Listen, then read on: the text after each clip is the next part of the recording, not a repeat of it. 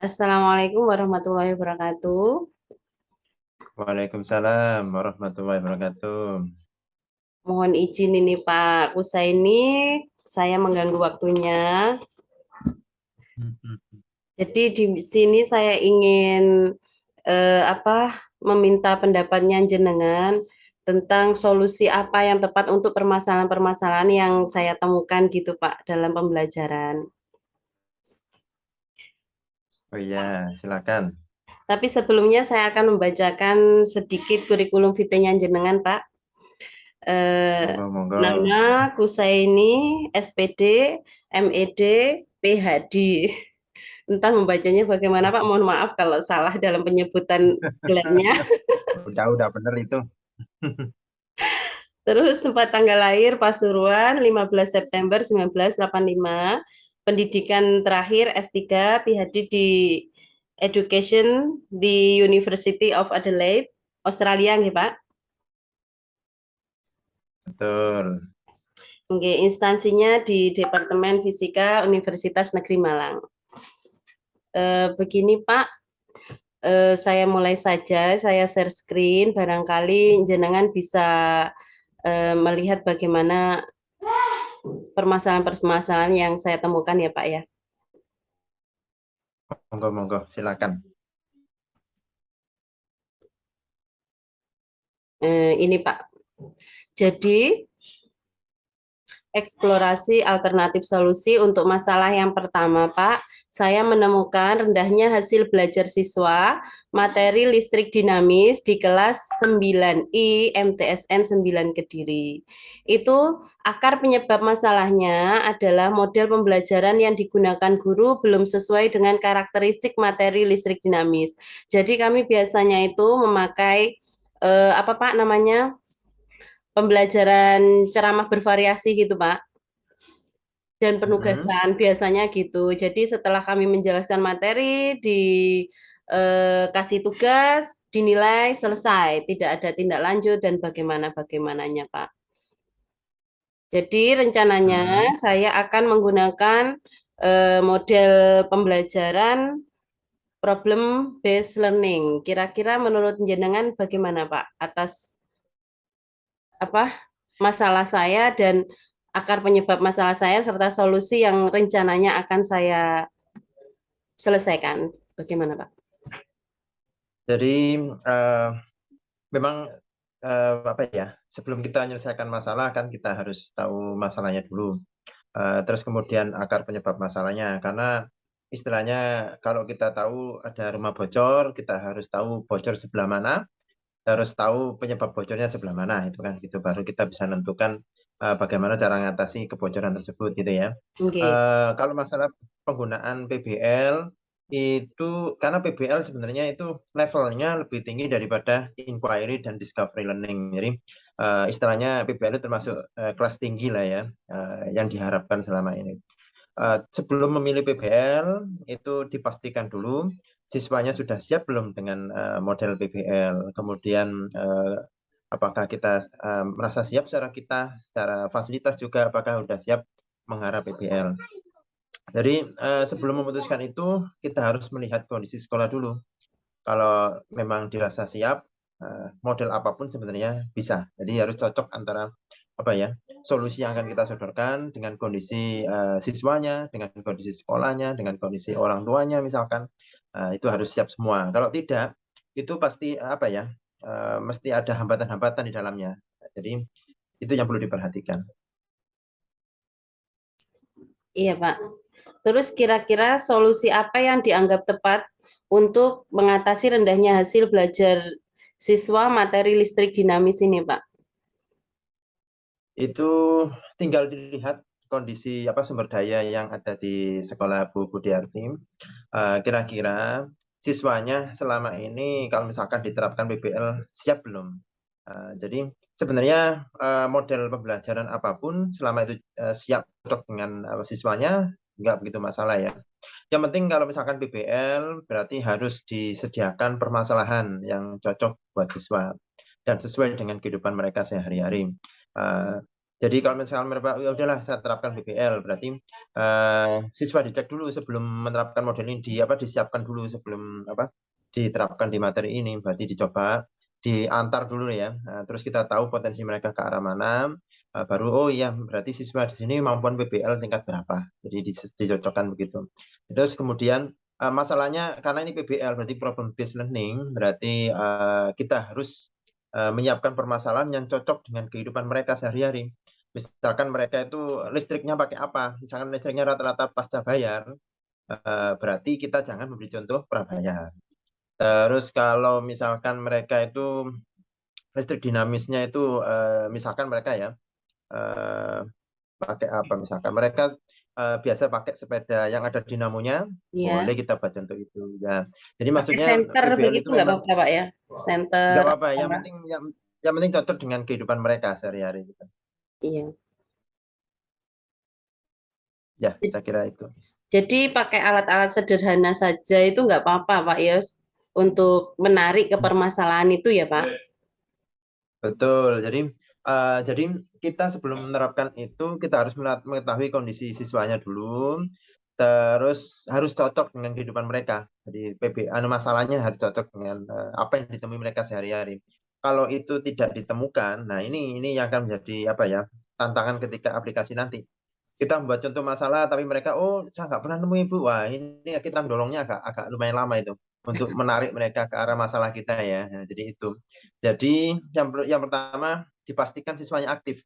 Yang kedua dipastikan siswanya itu memang tertarik dengan itu, harus challenging. Kalau masalahnya tidak challenging, mereka kalau gini ya saya bisa lah. Nah, challenging maksudnya dalam arti permasalahannya itu memang benar-benar mengajak mereka berpikir, oh, apa ya solusinya kira-kira. Nah, solusinya kalau bisa banyak. Sehingga mereka berpikir dari segala arah gitu ya. Kalau mereka solusi cuma satu, ini pasti begini. Nah ini yang selain itu kan dianggap salah. Ini yang perlu dihindari. Jadi masalahnya harus benar-benar challenging, masalahnya harus cocok dengan di sehari-hari, yang masalahnya bisa diselesaikan banyak cara. Ini yang bagus, nanti sehingga timbul diskusi dengan mereka. Tapi sebelum menimbulkan diskusi itu harus dipastikan siswanya memang terbuka, gurunya juga friendly, gurunya harus memang benar-benar dekat dengan siswa dan Bisa gurunya memotivasi komunikatif mereka. gitu, Pak ya. Betul. Jadi jika ada siswa salah, kita tidak bilang salah tapi kurang tepat. Misalkan jika siswanya misalkan pendiam, nah kita harus mendorong agar mereka istilahnya itu berani curhat, menyampaikan solusi istilahnya kayak orang itu menyampaikan solusi-solusi yang ada, alternatif yang ada, itu mereka berani, nggak takut. Nanti salah, nanti dimarahi guru, nanti nilainya jelek. Nah, itu yang perlu dihindari untuk PBL ya. Ya, Saya Pak. kira begitu. Oke. Jadi untuk eksplorasi alternatif masalah saya yang pertama, terima kasih sudah memberikan pandangan ya, Pak ya. Terus untuk yang kedua, Pak, di madrasah kami biasanya itu masih pemanfaatan media pembelajaran yang digunakan masih kurang optimal. Karena guru itu biasanya lebih itu tadi Pak, nyaman menggunakan metode ceramah. Kalau mau menyiapkan media itu kan kadang berpikirnya repot, sulit gitu ya Pak. Betul, betul. Selain itu, guru itu kan di madrasah kami itu Pak, itu belum memiliki media pembelajaran berbasis IT yang memadai begitu. Jadi kayak LCD proyektornya masih hanya beberapa seperti itu, Pak. Ya. Itu, nah ini kalau masalah media ini kembali lagi ke sekolahnya sih memang ya, makanya eh, apa ya, ini perlu bekerja sama yang erat antara gurunya, antara guru dengan komite sekolah, guru dengan pihak sekolah, misalkan kepala sekolahnya gitu ya. Jadi eh, memang kita kan inginnya nyaman gitu kan rata-rata. Jadi kalau misalkan nanti mau menggunakan PowerPoint misalkan, kalau itu kita menyiapkannya istilahnya, kita butuh waktu lama, tidak ada laporan yang membantu, terus gurunya juga banyak pekerjaan, akhirnya kita kan hilang banyak energi misalnya gitu. Ini yang perlu diperhatikan, unsur kerjasama ini, karena kalau kita cuma istilahnya menyerahkan ke guru langsung itu kasihan juga guru tersebut.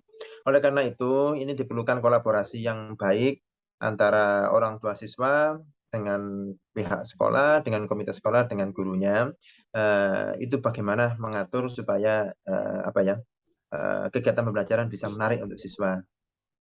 Saya kira begitu. Iya, Pak. Jadi kalau misalkan nanti Pak, rencananya saya itu akan menggunakan media yang sederhana saja Pak, seperti PowerPoint gitu. Itu sebenarnya udah Mhm. cukup mewakili ya Pak ya? Atau pakai Iya, Canva gitu ya Pak ya? itu kembali lagi tergantung sekolahnya lagi. Jadi ini namanya apa ya, kontekstual ya. Jadi kita nggak bisa harus harus high end gitu ya, misalnya harusnya tingkat tinggi gitu ya. Kalau tingkat tinggi ternyata tidak mendukung, misalkan nanti kita pakai quizzes ini. Ternyata siswanya tidak memiliki HP satu-satu misalkan, terus jaringannya jelek juga misalkan, wifi-nya tidak ada di kelas ya, gurunya juga kasihan. Berharapnya terlalu tinggi, ternyata tidak cocok, akhirnya ketika pembelajaran stres sendiri gurunya gitu ya. Itu yang pertama. Yang kedua, kita harus menyesuaikan dengan kondisi di sekolah. Kok misalkan di sekolah adanya LCD proyektor aja bisa dipindah-pindah, misalkan bisa dipindah-pindah. Saya kira tidak begitu berat untuk guru. Yang ketiga, PowerPoint apakah terlalu sederhana enggak? Tidak begitu juga. Yang penting teknik menyampaikannya bagus, itu bagus juga. Misalkan kita kita punya software, misalkan software formatif feedback atau formatif assessment. Tinggal kita bagaimana strategi kita menggunakan tersebut biar siswanya belajar dengan optimal. Setelah mereka diberikan masalah, misalkan kita cek seberapa bagus mereka menguasai atau istilahnya mendapatkan ilmu baru. Setelah menyelesaikan masalah, kita kasih pertanyaan-pertanyaan formatif. Menggunakan PowerPoint boleh atau tidak? Boleh, itu termasuk IT ya. Jadi bisa digunakan. Jadi kembali ke sekolahnya. Tapi kalau misalkan bagaimana kalau sekolahnya ada wifi-nya, terus seandainya tidak ada wifi, internetnya bagus pakai seluler, misalkan pakai HP. Itu juga bagus kalau kita menggunakan YouTube, menggunakan software yang terhubung dengan YouTube dan sebagainya. Jadi kembali lagi ke sekolahnya, kita berusaha semaksimal kita bisa, tapi harus sesuai dengan sekolahnya. Kalau tidak, kita sendiri yang stres seperti itu ya. Oh iya Pak. Iya Pak. Terima kasih banyak ini Pak atas pandangan-pandangannya Iya. untuk saya menyelesaikan permasalahan yang saya hadapi di Iya. madrasah. Jadi disesuaikan dengan sekolahnya Bu Budiarti. Jadi kalau misalkan di sekolahnya tidak ada wifi, nah nanti tinggal bagaimana biar ada wifi, misalkan terus diskusi dengan kepala sekolah. Dengan begitu nanti kita bisa maksimal ngajarnya. Meskipun siswa tidak megang HP satu-satu, kalau mereka bisa melihat langsung videonya secara online, bisa memberikan feedback secara online, itu saya kira lebih menarik. Tinggal bagaimana sih semua pihak itu bekerja sama, gitu ya. Biar Kalau sekolahnya mungkin bisa lebih. untuk mengurangi itu, Pak, saya tidak memaksa anak-anak untuk pakai itu kuota, tapi kan saya cuma ingin menampilkan di layar, terus mungkin untuk penilaiannya, mungkin pretest postesnya kalau misal pakai kertas saja gimana, Pak? Karena kadang ada yang punya HP, kadang tidak. Maksud saya di sini pembelajaran yang saya lakukan ini paling tidak ada berbasis IT-nya untuk meningkatkan itu, Pak. Ya, boleh misalkan pakai kertas boleh, bisa langsung angkat tangan boleh. Yang penting itu dipastikan siswa itu bersifat terbuka. Dia tahu kalau misalkan ketika itu kita memberikan formative feedback atau formative assessment, kita tidak memberikan nilai pada mereka, tapi kita mencari balikan dari mereka seberapa mereka menguasai topik yang kita berikan. Jadi istilahnya kita bersifat terbuka terhadap mereka, kita bersifat istilahnya itu memang berusaha untuk mendidik mereka, tidak hanya memberikan nilai. Pakai cara apapun tidak begitu masalah, bisa pakai kertas, bisa pakai angkat tangan, asal mereka itu jujur. Seberapa paham mereka, seberapa menguasai mereka, seberapa tinggi capaian belajar mereka, itu bisa kita ketahui secara instan, itu jauh lebih baik. Iya, Pak. Jadi semampu Bu Budiarti dan sekolahnya, gitu ya, sama siswanya saya kira. Iya, Pak. Siap, siap, siap. Iya, Pak. Baik, Pak. Terima kasih telah meluangkan waktu. Sama-sama. Ya bisa mendoakan Pak Kusa ini selalu sehat, semangat. Sama-sama, semoga Bu Diati sukses PPG-nya ya. Semoga lulus Amin. dengan sesuai harapan. Ya, amin, amin ya Rabbal Alamin. Iya, Pak. Ini saya stop share dulu, Pak ya. Monggo. Iya, Pak. Saya stop recording ini, Pak. Iya.